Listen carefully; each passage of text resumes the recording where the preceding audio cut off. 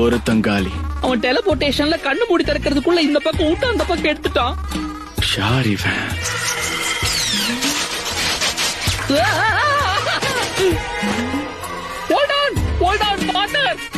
பழசுல மனசுல வச்சுட்டு அமைக்கிறாதீங்க. இருங்க, பின்னாடி பின்னாடி பாருங்க. வந்துட்டான்.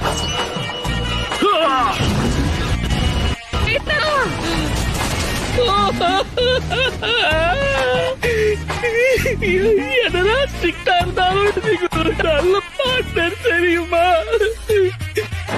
டோபி ரொம்ப நடிக்காத, நல்லாவே இல்ல. நீ இப்பவும் சாவலியா? ஆய மூடு. நான் நினைச்ச அளவுக்கு அவகிட்ட திறமை இல்ல. தெரியும்.